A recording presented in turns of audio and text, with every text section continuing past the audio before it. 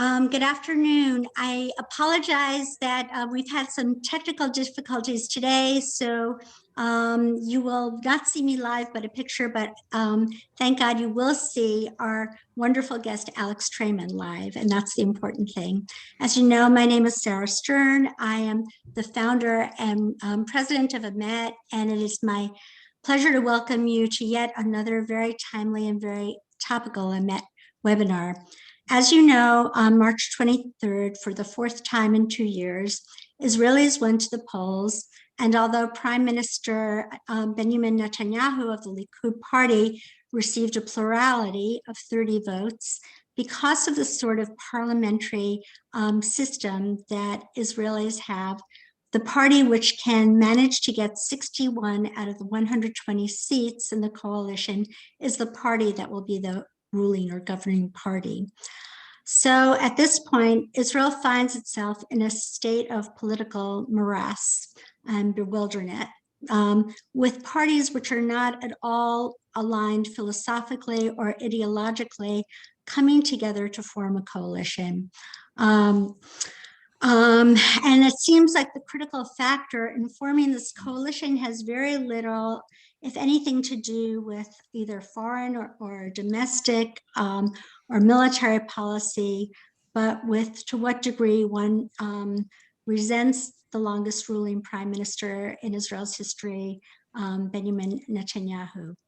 On top of that, the kingmaker, whose votes are critical to determine who will get 61 of the 120 Knesset members, is Mansour Abbas from the Arab Ram Party. And a story came out yesterday in the Times of Israel describing the Ram Party's platform, and it does not paint a very peaceful picture. So here to walk us through the labyrinth of Israeli electoral politics, we're incredibly grateful to have once again Alex Traiman, who is a managing director of jns.org, a wonderful news site, and Jerusalem bureau chief. Alex, can you explain what's going on here for us? I can try to bring you through some of the details of what's happened in the last week, but that doesn't necessarily mean that anybody's going to have a clear understanding of what exactly is going on or what is going to happen. Today was a surreal day in Israel as the parties, the heads of the major parties, were all invited to the president's residence to select their preferred candidate to be tasked with trying to form a coalition and become the prime minister. And almost simultaneously, the incumbent prime minister of Israel is sitting inside a courtroom as his corruption trial literally began today, where the first witnesses were called to the stand. So you have this completely incredible day in Israel's political history, where a sitting prime minister starts trial and at the same time is trying to form a government after a fourth election in just 2 years. So, one of these things on its own would be enough to send shockwaves through the Israeli political system. And yet we now have both of these things taking place simultaneously. And all I can say is that it doesn't look good for Israeli democracy today. That said, I'll try to explain a little bit about what's going on in the political system, and also a little bit about what is going on in the trials. So first off, as we go live with this webinar, the meetings are taking place at the president's residence. So far, 52 members of the Knesset, which include Netanyahu's Likud party, the Shas party, the United Torah Judaism party, and the religious Zionist parties. So basically, Likud plus the religious parties have 52 recommendations between them for Netanyahu as the prime minister. And as of right now, 45 nominations have gone for Yair Lapid to form a government, and that includes his own Yesh Atid party, the Labor Party, the Yisrael Beitenu party, the Blue and White Party, and the Meretz party. Um, Now, there are two Arab parties, the Joint List and the Ram Party. The Joint List has 6 seats. The Ram Party has 4 seats. Together, the Arabs got 10 seats.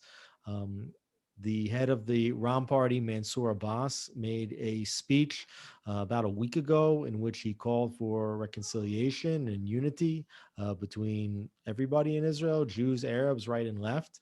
And at the same time, as Sarah mentioned, if you take a look at the charter of the Ram Party, you'll note that Mansour Abbas is an Islamist, and he's not doesn't have a history of being a Zionist. And yet, at the same time, we can't ignore that you just had these um, incredible Abraham Accords, in which there does seem to be the beginnings of a sea change with regard to how the Arabs view Israel and the Jewish state.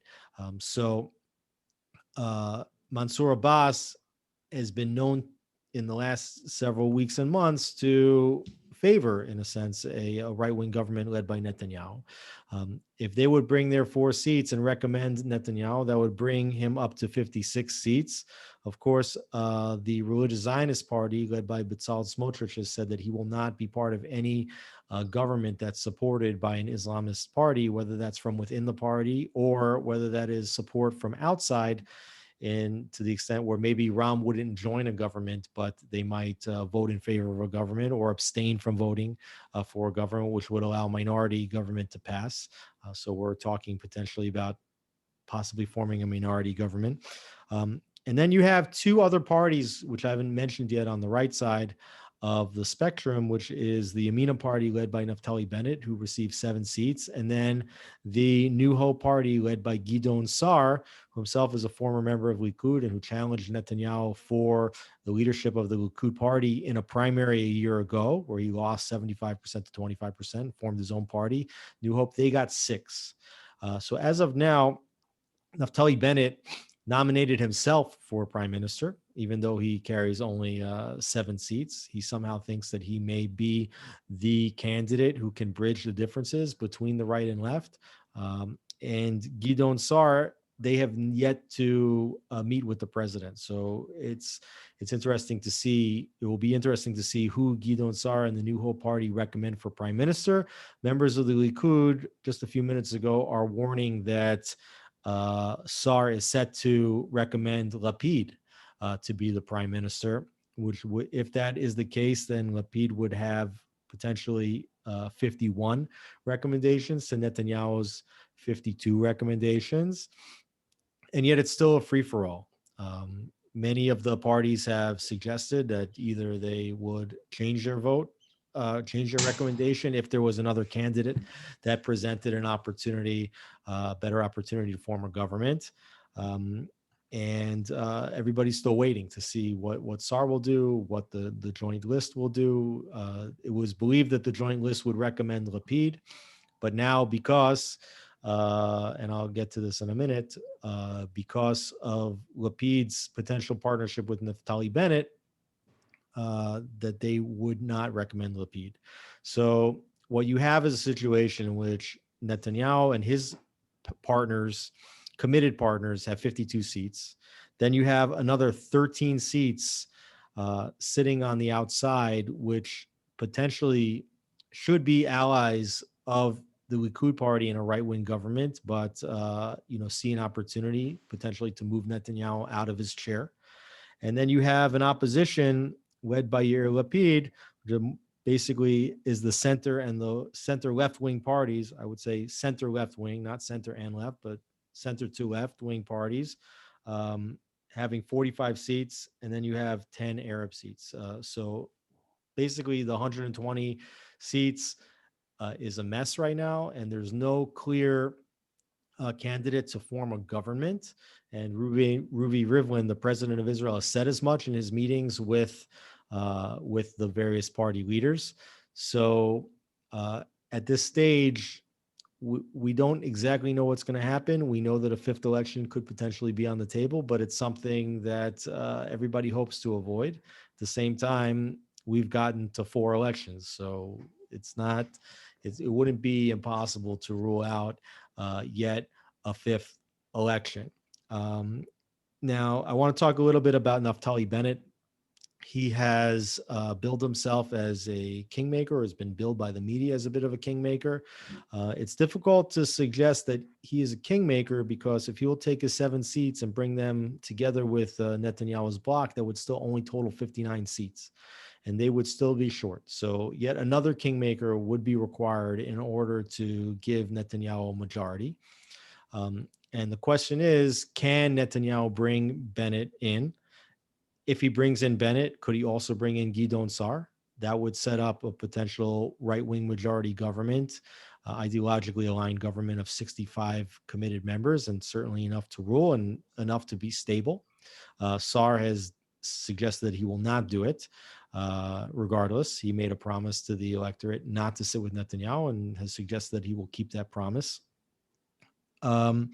And so Bennett, with his 7 seats, is right now not committing to the right, and he's also not committing to the left. Now, he has met with Netanyahu, and he has also met with Yair Lapid. It was reported recently that Bennett and Lapid had agreed to a rotation arrangement, a power sharing arrangement, if this sort of center right left alliance, together with Lapid and Bennett, could form a government. That Naftali Bennett, even though he only has 7 seats, would potentially go first in a power sharing rotation with Lapid. And it's understood that the reason why Bennett is going ahead with these talks with the parties that are not aligned with the policies of the right-wing Yamina party is in order to drive the price up with Prime Minister Benjamin Netanyahu. Well, remember that after the 3rd election, we had a very similar standoff. Netanyahu's bloc had about 59, 60 seats, and they needed 2 more seats essentially to form a government. And Netanyahu offered Benny Gantz, his chief rival, a rotation arrangement, which he ultimately didn't honor, but had to offer a rotation arrangement in order to bring part of the blue and white party together to form a national unity alliance and stave off a 4th election. This was exactly 1 year ago. As I said, Netanyahu did not honor that arrangement, instead using a budget crisis in order to trigger another election without Gantz becoming the prime minister. And yet that deal that Netanyahu cut with Gantz now became a precedent. Right. So for Bennett, looking at the deal that Benny Gantz cut a year ago, he says, okay, you want my support, so then you need to also give me an opportunity to be the prime minister in a rotation, at least to be set up as the next possible successor, the clear successor to a Netanyahu tenure. And there's been talks that both the Yamina party, led by Bennett, and the New Hope party, led by Sar, have been given offers to come back and join into the Likud and create a super party, potentially where Netanyahu would serve out the beginning of a term, resign somewhere in the middle of the term, either after a year and a half, possibly after 2 years, and then transfer the reins to Naftali Bennett. So these are some of the things that are being spoken about. At the same time, there's rumors that have been floated over the last couple of days that Ruvi Rivlin, who is about to leave his 7-year post as president of Israel, that position could potentially be filled by Prime Minister Netanyahu if he would choose to step down from his position as prime minister and allow someone else to form a government, that then a majority of Knesset members would potentially select Netanyahu to be the president instead of the prime minister and give him a sort of honorable send-off. Now, the reason why that's difficult is because Israelis typically see the president as being a ceremonial, but also a moral and ethical example for Israelis. And as I mentioned earlier, Netanyahu's trial for multiple corruption cases began today. So it's difficult to see a situation in which a prime minister under trial could even assume the presidency without laws being changed in order to facilitate such a move. So there's a lot of moving pieces right now. Many more questions than answers. I will just say a few things about the corruption trial and how that's affecting things. So the corruption trials began with the case 4000 today, where the former CEO of Walla, Ilan Yeshua, was called to the stand. And over a course of many hours, he laid out a lengthy period in which the Netanyahus, via their advisors, and specifically Nir Chefetz, their advisor, were influencing the coverage in Walla regarding not only the Netanyahu family, which what they tried to do was to cancel, negate, change, move down, remove stories that were against Netanyahu family or made the Netanyahus look bad, and then at the same time ordering various stories about Netanyahu's colleagues, challengers, that he wanted to be seen in a negative light. And what Netanyahu is being charged with, as is the publisher of Walla, Shaul Elvich, is of being engaged in a quid pro quo, in which, in return for the coverage that Walla was providing to Netanyahu and his family, that Walla, which was trying to affect a merger between Yes, the major cable company in Israel, and Bezek, the major phone company in Israel, benefit Elvich. So at that period, Netanyahu was not only the prime minister, but he also held the portfolio of communications minister. And so that merger, which was approved by Israel's antitrust authority, still required regulatory changes that could only be made by the communications minister. So Netanyahu was holding these signatures in his pocket. And in exchange for making this process go smoothly, Netanyahu basically demanded that Walla would effectively improve the coverage. Despite Ilan Yeshua's testimony, it's not clear. It wasn't clear at the time to the Israeli public that Walla was actually giving Netanyahu favorable coverage. And there's also one other issue of this, which is that a lengthy study was performed in the UK in the early 2000s, in which they took a look at quid pro quos between politicians and owners of media companies, including in the cases where legislative or regulatory changes were made for the distinct financial benefit of those publishers. And according to that study, there were multiple trials across many years in different countries, in the UK, in the United States, also in Australia. We're talking about moguls such as Rupert Murdoch and politicians such as Tony Blair and others, where in every single case, it was never found that you could actually have a quid pro quo between a politician and an owner of a media, in which that quid pro quo would be called bribery. So this would be the first time in a democratic society in which you would actually have this charge being leveled. And that's why Netanyahu is consistently claiming his innocence, including today. He got on TV after the trial session concluded and said that it was a witch hunt. Now, the testimony from the trial today was covered by reporters. I was getting constant updates about what was being said inside, the courtroom. So the Israeli public is now hearing this testimony, being transcribed at the same time when Netanyahu and his rivals are simultaneously trying to form governments.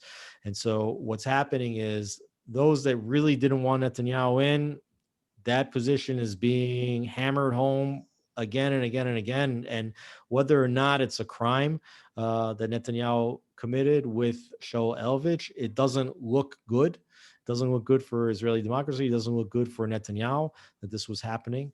And yet, for those that supported Netanyahu, their position that this was a witch hunt, that the evidence was found through a fishing expedition in which the outer circle of Netanyahu's advisors were first investigated and then moved in until they actually uncovered evidence that would implicate Netanyahu potentially.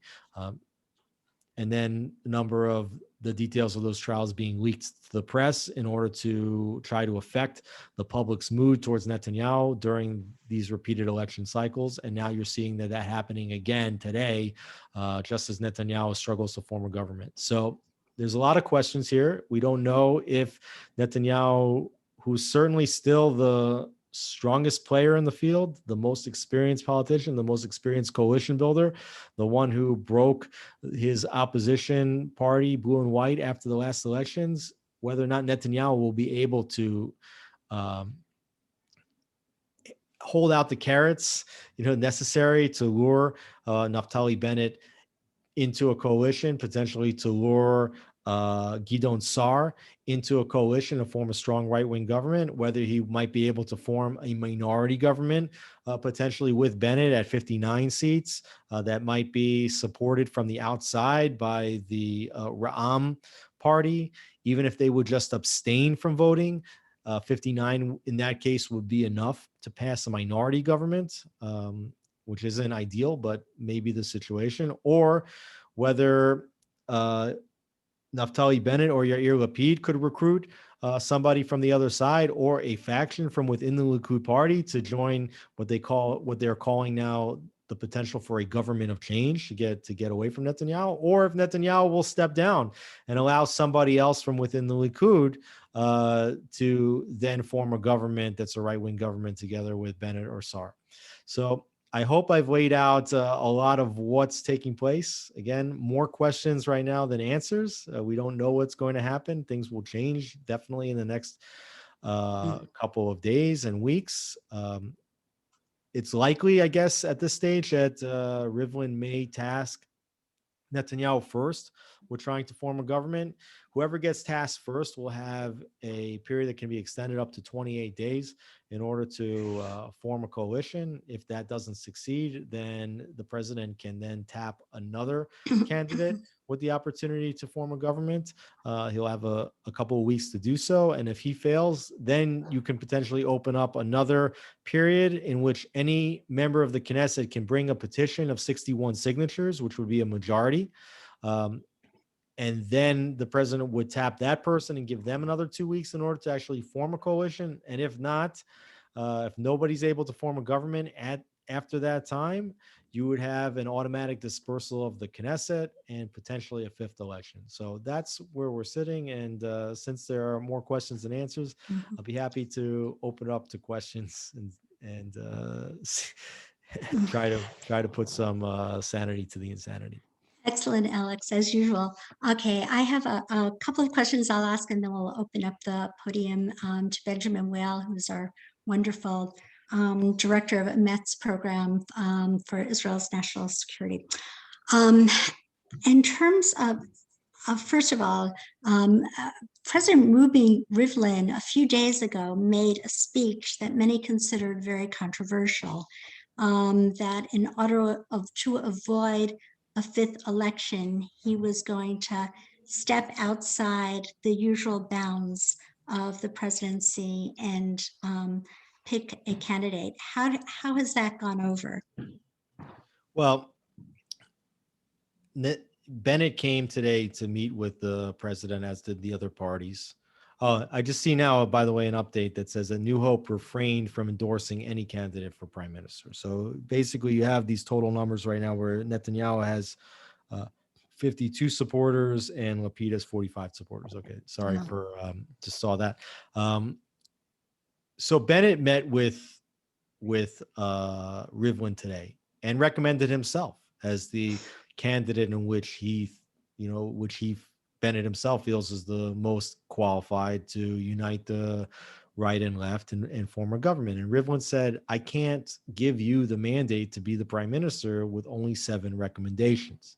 But Rivlin, during this last cycle of 3 elections. He was the one that was pushing hard for the rotation arrangement between Netanyahu and Gantz. This was an idea that he was pitching, and ultimately, through that pressure, or partly due to that pressure, that's what happened. And that was a very dangerous precedent, because people are not voting for a rotation arrangement of prime ministers. People either want one candidate or another. It's not a stable system when you have candidates with opposing ideologies in a power sharing arrangement. So Rivlin is essentially a lame duck president right now. He has just a few more months in office, and the election for the new president is supposed to take place at some point in the next several weeks. So it's a little bit limited how much of a role Rivlin can play in influencing the outcome. He can try to do that, but ultimately it's up to the legislators to form a coalition. It's up to them to decide whether they can be adults and get together, even with people that they don't like, in order to form a government that the people of Israel need, deserve, and have voted for time again.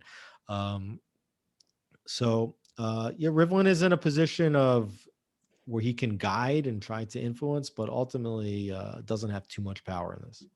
Great. Okay, my final question, and then I'll turn it over to Benji.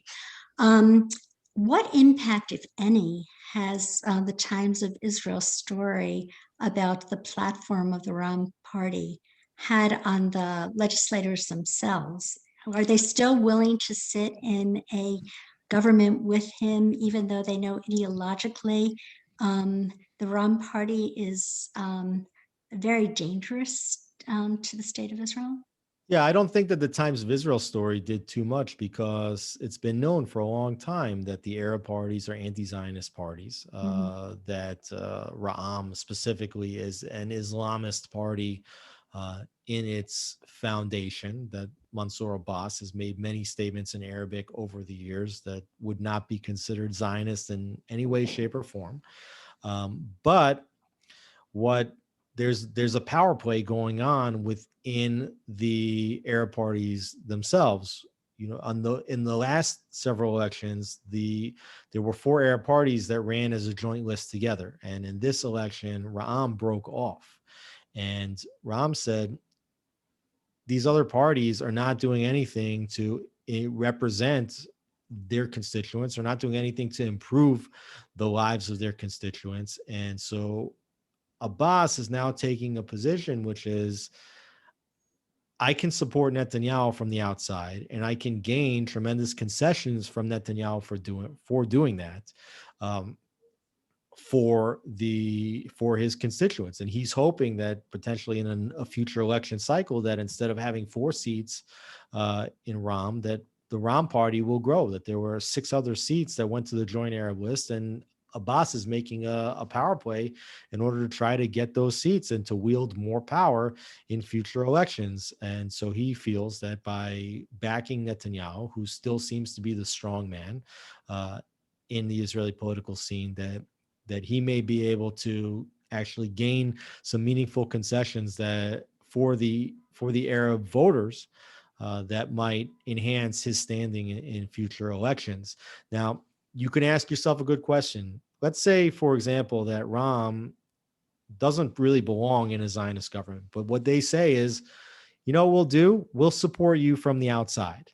What that means is, if somehow or another Netanyahu could convince, let's say, Naftali Bennett to join a coalition, and Netanyahu brings 59 members to a vote, which is a minority out of the 120-member Knesset, but a bare minority, just 2 seats short of a majority. And let's say that Ram and their 4 seats choose to abstain, choose to abstain from the vote. Then Netanyahu may be able to pass a government with a minority as long as Ram continues to abstain. So that means that the religious parties wouldn't have to sit with Ram in government, but that their support would enable the minority government to rule. But now you come to a situation, and you mentioned this word kingmaker before. Naftali Bennett's envisioned himself as a kingmaker, but like I said, he's not exactly a kingmaker because he doesn't bring any side to a majority. But then, do you want to have a situation where an Arab and an anti-Zionist party and a long-term anti-Zionist leader in Mansour Abbas is the one who's determining who's the prime minister of Israel? That's not a great situation for the Jewish people. And yet, at the same time, as I mentioned earlier, you have these Abraham Accords in which all of a sudden sworn enemies of the Jewish state are recalculating their positions. So it could be that we're on the precipice of some kind of realignment in which the Arab Israeli constituents are willing to work more closely with the Jewish Israeli constituents. But ultimately, as I said earlier and a few times, there's more questions than answers. Right. I mean, to me, it's reminiscent of Yasser Arafat mouthing the right words. And then, we Hang on 1 second. There's a lot of trust. noise back here. I'm just going to try to shut the window. Okay, sorry. Thanks, sorry. To me, it's reminiscent of Yasser Arafat mouthing the right words to get power. And, I believe, as Ronald Reagan said, trust but verify. Anyway, so now let's turn the podium over to Benjamin Weil, who will be reading the questions that have come in. Benjamin? Thank you, Sarah, and thank you, Alex. And just for the benefit of some of our audience, I think it might be important for them to understand what the significance is in being first at forming a government, because I'm sure many people ask themselves the questions, okay, give it to Yair Lapid, he'll try to form a government with hardcore right-wing, hardcore left-wing, and they won't get along, and then they'll give Netanyahu or the Knesset the mandate. And would you be able to explain to our audience what the significance is in getting first shot at forming a government, particularly from a legislative point of view and ruling some of the committees? Yeah, it's a good question. In terms of forming a government, at this point, if no candidate is getting a majority of recommendations to begin with, then it doesn't really matter too much whether they get the first shot, right? So let's say, for example, in a normal situation that let's say that Bennett and Saar also, or several other parties also recommended Netanyahu. Those recommendations themselves do not guarantee that a coalition is going to be made. It only is a recommendation for who should be given the first shot. And after the recommendations are made, then intense negotiations have to begin in order to determine what the policies of that majority coalition would be, in order to determine what the ministerial posts, who they would be given to. So a recommendation is not a guarantee of a majority coalition, even if you have 65, 70 people recommending you, right? Then that just begins the start of the negotiation process. But if you come to a situation in which nobody even gets a majority to begin with, who gets the first stake at trying to gain supporters that don't want to sit with them, it doesn't necessarily increase the chances either way. And you could get in a situation like you got in the third election where Netanyahu was given a chance. He didn't succeed. Then Gantz was given a chance and then he didn't succeed. And then you had this open period in which any Knesset member, including Netanyahu or Gantz, could bring a petition. And ultimately, Netanyahu convinced Gantz to break his party in half. And then he came with the petition and was able to form a government during that period. Now, but you did mention something interesting about the legislative committees and what happened, what precipitated the unity government in the third election, and is certainly a threat this time as well. And this is being pushed right now by Avigdor Lieberman and others, is this quote unquote change block, the government for change. They can turn around and say, listen, we understand that there's no way that we can form a government together. We will never form a coalition. We're not ideologically aligned. We could never sit together, except for this one issue in which we all agree, which is that we want Netanyahu out. And so if they can pass votes amongst themselves in order to give off some of the committees, like the House committee. Then they can force potentially a change in the Speaker of the House. And if they can force the change in the Speaker of the House, the new Speaker can bring forth new legislation that the government, even without a coalition, can vote on. And what Lieberman wants to do, and what was proposed and about to happen a year ago, was the passage of retroactive legislation that would either set term limits on a prime minister's tenure, which would retroactively invalidate Netanyahu, or change the law, which currently says that a prime minister can continue to serve even while indicted, even while under trial, and even after a trial through a conviction until all appeals have been exhausted, which is a process that could last for many, many years. In this case, the trial itself could last 2 to 3 years, and certainly an appeals process could last another year plus or more. So during this entire period, Netanyahu, by law, can still serve as the prime minister. But if 61 Knesset members can introduce a new law and say that a prime minister cannot serve while under indictment or under trial, that could also retroactively invalidate Netanyahu.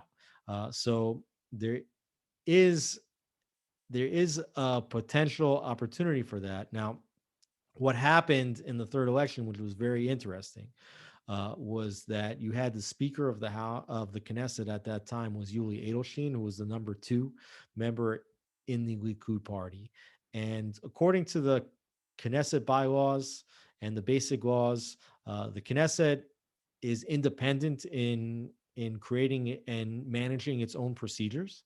And in addition, the Knesset bylaws are explicit that the Knesset Speaker does not need to be selected until the moment that a coalition is about to be sworn in. And during this in-between period, between elections and between the formation of a new government, what you have is a transitional government. And during a transitional government, the incumbent prime minister remains the prime minister. So today, the prime minister of Israel is Benjamin Netanyahu. And if there's no coalition for months, Netanyahu will still be the prime minister until a 5th election, potentially, or longer. And also the Speaker of the House the Speaker of the Knesset remains in place during that period. So Edelstein was still entrenched as the Speaker of the Knesset. And in that position, he was able to block the opposition parties from bringing this legislation to the table. So what the opposition wanted to do was to force a vote to change the Speaker early. Edelstein was blocking that. And then they appealed to the Supreme Court, and the Supreme Court stepped in and basically forced Edelstein to hold a vote to replace himself, which was a severe violation of the checks and balances between the judicial system and the legislative system. And you had a very, very serious democratic crisis that was taking place at the same time when we weren't able to form a government, and at the same time when coronavirus was just starting. So the situation was, was very tenuous. And Edelstein refused to heed the order of the Supreme Court, and instead actually chose to resign his post, which delayed the vote. And then ultimately, Gantz himself put himself up to be the Speaker of the Knesset, which wasn't the person that Yair Lapid had wanted and this change bloc at the time had wanted. And he took it, and yet he held the legislation over Netanyahu's head. And basically, this was one of the major factors that forced the unity government. And if you don't have any party, that can form a government, you might have a repeat situation again, this time with a precedent from the Supreme Court, which previously did rule that this opposition group, even without being able to form a government, could form a new vote for the Speaker of the Knesset. And you mentioned a 5th election, but before, even if there is a 5th election, before that happens, at the end of July, Rivlin's term as Israeli president expires. how does that affect a potential fifth election or the results of a fifth election? And if Netanyahu becomes president, would he get immunity? Right. So there's a few questions there. I don't think that Rivlin's ceding his post has too much of an impact on whether or not Netanyahu or Lapid or somebody else can form a government. Now, what can happen is potentially that you would have a situation in which the vote for the president, which is a legislative vote, the Knesset members vote, and currently it's done by secret ballot. They vote by secret ballot to determine who's the president of Israel. Now, because it's a legislative vote, the speaker of the Knesset has to advance that. Right now, it's a Yariv Levin is the speaker of the Knesset, who's a Netanyahu loyalist. And what he could potentially do is postpone the vote. And what happens in the case, if you don't have a president, then the speaker of the Knesset himself becomes the acting president until a vote takes place. And what could potentially happen and then Rivlin could potentially do this as the sitting president, or Levin could potentially do this if he becomes the acting president, is actually that one of them could pardon. The president does have the right to pardon.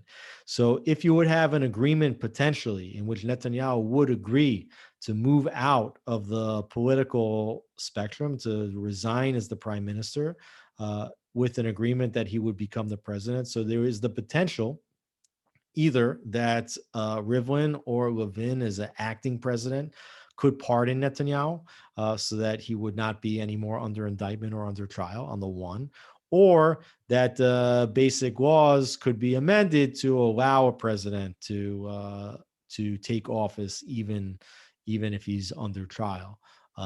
So those are things that could happen. And what you see from all of this is that it's pretty easy, surprisingly easy, to sort of play loose and fast with some of the basic laws and the procedures in order to facilitate political alliances. And this is part of what I suggest doesn't really look good right now for Israeli democracy, is that there's rules, but there's not really rules. Rules can be amended. And you mentioned the Islamist party Ra'am, for instance, supporting a Netanyahu government from the opposition. Why would the Islamist party want to partner with Netanyahu? Right. Again, so the way coalitions actually get formed and this negotiation process is that, let's take, for example, the religious parties. Okay. They've sat loyally with Netanyahu for many years. Why do they do that? Because Netanyahu understands what it takes to keep these parties loyal, which means budgetary allotments for the things that they feel are important, including their learning institutions, their yeshivot, their Torah learning institutions, and also maintain status quo on religion and state issues. Yair Lapid and Avigdor Lieberman, if they would be ruling a left-wing government, they would try to change a lot of the status quos with regard to those religious parties. And so it's these negotiations that create the loyalties that are necessary to form the coalitions. So a leader like Abbas on the Ram party can turn around to Netanyahu and say, you need me in order to govern. If I vote against you, you're out. Okay, so what will you deliver for my constituents in order for me to support you from the outside, right? And if Abbas feels that Netanyahu can deliver the goods, whether that's for infrastructure projects in Arab Israeli neighborhoods, which may be more neglected than other neighborhoods, or whatever other programs he wants. And specifically, I'll just give you an example of one of the things that he said, that he would support a party that does not advance all kinds of LGBTQ initiatives, right? Or things that would make it easier because they're Islamists and they don't support that. So if Netanyahu agrees to keep a certain status quo on certain issues that are important to Ram, so in exchange, Ram would potentially support Netanyahu either from inside a government, which is possible too. They could say, hey, we want Netanyahu to be the prime minister and we're willing to join his coalition. Or we're not going to join his government, but we'll be willing to support it from the outside. Now, like as I mentioned, though, Bezalel Smotrich, who heads the Religious Zionist Party, said, "Well, we will not sit with Ram. We will not be party to a government that's supported even on the outside by Ram." So you have these challenges where you basically have a lot of parties saying, "I'm not going to sit with that other person," and it's these inabilities to get over these personality issues and these policy issues that prevent the formation of really any kind of government right now. And ironically, over the years, voters have been calling for politicians to keep their promises. But now, unfortunately, if they keep their promises, there won't be a government. Now, many reporters and voters are calling for some of the politicians to break some of their promises so that they conform. Absolutely. That's 100% right. What the promises that are made during the election season are not necessarily, what's going to happen a few weeks from now. Benny Gantz ran 3 consecutive elections vowing never to sit with Netanyahu, vowing to replace Netanyahu.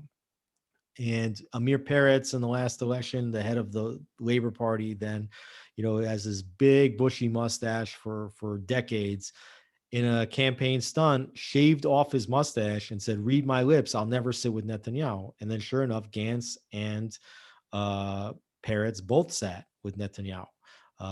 So, what people are promising before an election doesn't necessarily mean anything. Like just in terms of Netanyahu, during the third campaign, he brought his own party member, Nir Barkat, the former member of the mayor of Jerusalem, up for a press conference and said, "This is my candidate to be the finance minister."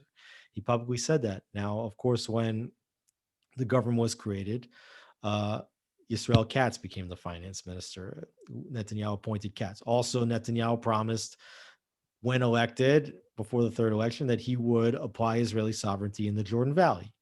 And together with the signing of the Abraham Accords, he did not fulfill that promise, and he put the sovereignty issue on the back burner for the future, and has now said he would never apply sovereignty without the support of the U.S. president. So promises made before an election are not necessarily promises kept in Israeli society, and that's actually part of the reason why many of these politicians are fed up with Netanyahu, because since he's been around the longest, he's made the most promises, and he's not fulfilled the most promises that he's made. And in many cases, the promises that he made to his political allies and then broke turned former allies into rivals. Speaking of Netanyahu and turning some of his people into rivals, one of the questions we received was, Netanyahu is known in the Israeli politics to not allow any grass grow around him, or in other words, not to allow any new leader in his camp grow. And the question is, once Netanyahu leaves the political arena, will there be any leader of the Likud party, or will the Likud have any chance of running for premiership after Netanyahu's departure? Oh, I think obviously they would have a chance. People like to blame Netanyahu with not creating a successor. It's not necessarily the leader's job to groom a successor. There can be a primary. Not only do I think that the Likud could lead a government in the future after Netanyahu leaves the Likud is the strongest party in the country by far, and has been so since the late 70s. But I think, and many people in the political spectrum now think, that if Netanyahu would step aside, even at this point, if the Likud would hold a snap primary, and potentially if Yisrael Katz or Nir Barkat or someone else would emerge as the new leader of the Likud, that they might actually succeed now in forming a government with some of the parties that are refusing to sit with Netanyahu, including Sar's New Hope Party, including Bennett's Yamina Party, and even potentially including Avigdor Lieberman's Yisrael Beitenu Party. all of those individuals working very closely, either within the Likud or with Netanyahu, prior to their forming their own parties. We received a number of questions also about defectors from one side to the other, and I'm just going to merge these questions together. Sure. And is there any possibility of defectors from New Hope or Blue and White that can give Netanyahu 61 seats? And what exactly are the capabilities or powers of individual Knesset members with regard to political maneuvering after elections are held? Well, it's a very good question. It's a little bit complicated, but yes, Knesset members can defect from parties, depending on what percentage of Knesset members of a particular party branch off. Depends on some of the statuses that they might receive in terms of financing or different things. But yes, it's possible that either a rogue member of a party could break off. It's possible that a party could split in half, the way the Blue and White Alliance did after the third election, with Yair Lapid taking his half of the alliance into the opposition, while Benny Gantz taking his half of the alliance into the government. So Netanyahu will need a lot of things to happen in order to form a government. The first thing that he would need to happen is Naftali Bennett to agree to join in the government. And I think that for him to want to do that, he would want to have some kind of rotation arrangement with Netanyahu in place. Say, hey, okay, Netanyahu, I will back you for the first period, but you're going to turn this right-wing government over to me. I think that's Naftali Bennett's first choice, his best choice, his preferred choice.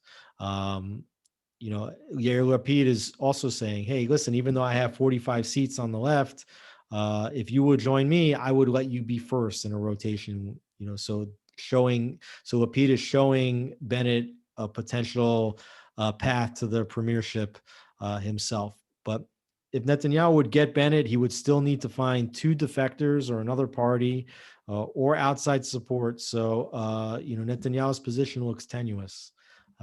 But so does Yair Lapid's, and so does the Israeli public's. And in interest of time, I'm going to merge two other questions that are very similar. Is how do rotation agreements actually work? And if no government is formed by September, does Benny Gantz become prime minister? Right. So the current rotation arrangement would have Benny Gantz become the prime minister in November of 2021, not September. So that actually gives how many months is that? May, June, July, August, September, October, November. A period of 7 months for things to work themselves out. But there is a potential that you would certainly go to another election way before that. You would go to an election before that. But what happens in a situation where you go to another election and you have another deadlock? Does the agreement from the third election still stand? So this would obviously be a major Supreme Court challenge. But seeing how the Supreme Court ruled in favor of changing the Speaker of the Knesset for the distinct purpose of trying to enable retroactive legislation to get Netanyahu out, if things get to the court, don't suppose that the court is going to back Netanyahu. They're trying to get him out. We have time for about one or maybe two more questions. So with the Ram party breaking off of the joint Arab list, number one, what was the cause of that break off? Number two, what different interests does the Bloc and Ram represent? And number three, what enables Ram to support Netanyahu from opposition, unlike the joint Arab list? Right. Okay. So it's a good question. And so the joint list was previously 4 separate parties. They are all differing in their ideologies a little bit, which is not in a way different from the Jewish side of the spectrum, which you have 13 parties, that have all got across the threshold, for various differences, sometimes small differences in ideology. But in the previous joint list, you had on the one hand like a communist party like Hadash, sitting with an Islamist party. And the reason why these parties got together to begin with is because you have an electoral threshold in the Israeli Knesset system, and where you have to get at least 3.25% of the vote, which is basically 4 seats, in order to get in. So it's either 4 seats or 0 seats. You can't get 2 seats or 3 seats. So what happens is if you have some parties and you look at, let's say we look on the right side of the Israeli spectrum and the Religious Zionist Party. So you have within that Religious Zionist Party, you have the National Union, which was led by Bezalel Smotrich. And then you have also the Otzma Party, which was led by Itamar Ben-Gvir. And you have also the Noam Party, that they all have slightly different ideologies, but they realize that if they don't get together, they're not going to get across that threshold. So that's why those Arab parties, got together to begin with, because previously they had been parties of, each one had been parties of like 3 or 4 seats. So if each is a party of 3 or 4 seats, each one risks not getting across. So you want to capitalize on all the votes and make sure that you guys get all in. And then, you can duke out your ideology from inside the Knesset as opposed to doing it from outside of the Knesset. So that's why they got together. Now, Ram understood that they could potentially get across the threshold without that. You figure that out in polling. In the third elections, the joint list, they didn't recommend anybody for prime minister, not Netanyahu, not Gantz. And they said at the time, they said, both of those guys are Zionists. This one is a prime minister that attacks Gaza or in Syria or wherever. And this one was the former chief of staff that is attacking Gaza or Syria or whatever. So to us as Islamists, these two guys, Gantz and Netanyahu, are exactly the same. Whatever distinctions you have amongst you Jews about who's right and who's left, to us, they're all hawks. They're all Zionists, and we're anti-Zionists. So we're not sitting with this Zionist and we're not sitting with that Zionist. So again, in the power struggles between the various sectors, Abbas sees an opportunity. He said he recognizes that the Joint Arab List and these parties were basically representing Palestinian interests in the Israeli Knesset, as opposed to really trying to work to improve the situation of Israeli Arabs, who are the ones that are voting for them to begin with. So Abbas is turning around and saying, listen, I have 4 seats.